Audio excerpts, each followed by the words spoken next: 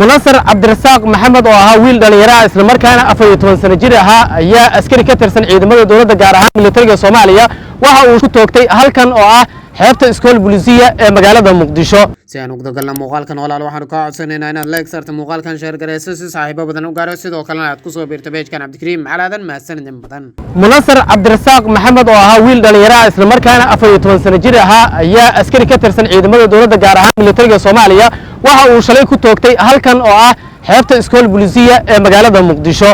askariga ayaa waxa la sheegay in uu muran soo kala dhaxgalay wiilka 14 sano jirka lagu magacaabo Munasar kadib markii wiilku uu walaalkiis isku dayay inuu halkan ka wado xeebta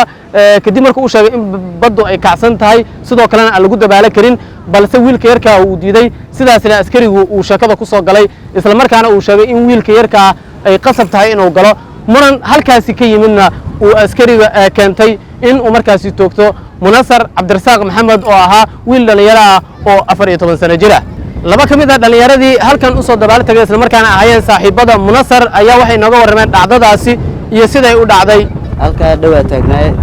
wiilkan intuu taagnay mid qor wata xaq istaagnaa sawir qaaday mid kale oo soo garab mariyay marka intuu imaay wiilku badoo ka soo baxay badana way kacsaneed marka wuxuu dhahay cunug yar galay badda galan ana ka weyn ka soo cabsada badda galin iyo galaad maxaa ka galay iyo magalaayo ay wax walba ay gal magalaa cunugii wuxuu yiri waa ku dilay ya anima ay dilay xabada ku dhufnaa igu dhufto dhaan xabado ku dhuftintoon ku dhacay kadib way orday inta ku wada orday dadkii ciyaalka daba ordeen qorigu ku soo aadiyay dana way ka seexdeen sideen mood ku raacay anaga halkaas taagnin askartana bartaanay ka soo dhaqaaqeen waa soo socdeen bartaan bay imaadeen yarka saaxiibkay ahayna bartaan buu taagnaa cunug buu badda ka celinayay si ugu celi kartaa iyo arin bay isdhaafsadeen anaga halka baa ka soo soconay iyo anagoo soo deganayeen xabadiyo bash dhaxday baa maqalnay iyo Munasaro inta yaalo marka soo dhaqaaqnay yar kale taan la socday marka soo dhaqaaqna Munasaro inta ku dhiig baxaya aragnay ka walaalkay ah intuu ku dhiig baxay wax ila qaad baa waayay ciyaal yariis baa meeshan joogay ciyaalka yariiska ma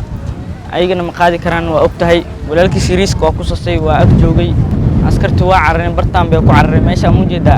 ay ku carareen dhanka kale maama Canab Saciid oo ah maamada dhashay Munasar ayaa waxay nooga warantay wiilkeeda iyo sida ay wax u gaareen iyo xaaladda hadda uu ku sugan yahay wiil aniga aan dhalay oo 14 sano jir ah wuxuu soo aaday badaan daarada meeri in uu ku ciyaaro balooni ha ahaatee gacan ka xaq darana intee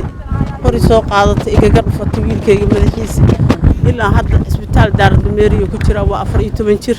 dawladda sharafta leh waxa aan ka codsanayaa wiilkayga dadkii dhaawacay oo dhibaatadaas u geystay sida ugu dhaqsiyaha badan la inay ii soo qabtaan oo Soomaaliyeedaan ahay waxaan codsanayaa in wiilkayga dadkii gacanta ka xaq daray Soomaaliya oo dhan ilaa iyo ciidan ilaa madaxweyne in ay ii soo qabtaanaan rajayna insha Allah bidmillaahi kariim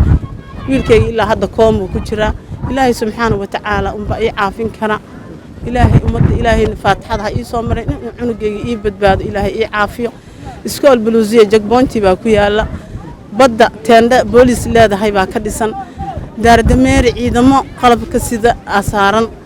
intaas oo dhan inuu ninkii wiilkayga dilay iyadoo rasaastii la maqlaay haddana wax laga qaban waayo wallaahi waa caqabal xumo hooyo kastoo Soomaaliyeed in laga oohiyana waa dhibaato maya meel aan hadda ku sheego ma garanayo haddaan garanayo anaaba soo qaban lahaa ma garanayo ilaahay ii soo qabta laakiin waa carareen bajaajay qaateen bajaajkina waxa laga reebay taarikadoodii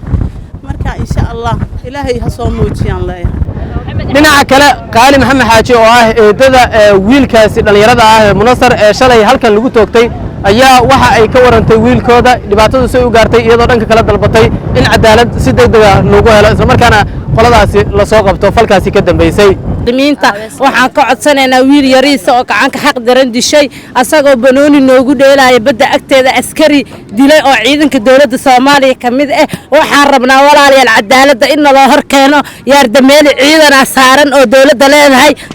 jagboontiyaal badan ayaa la waafaqaday war suurta kaamirooyin ayaa la loo baar cadaaladda la hor keeno cadaaladda rabnaa annaka cadaalad farmaajo u sheegaynaa waxa u sheegaynaa ra'iisul wasaaraha Rooble waxaan rabnaa cadaaladda in loo kan wiilkeena koomo ku jira maskaxda koo faraadhana fuqday laftiisa meeshaan badda looga tagay jabkeedii waxaan rabnaa walaalayaal cadaaladda in loo keeno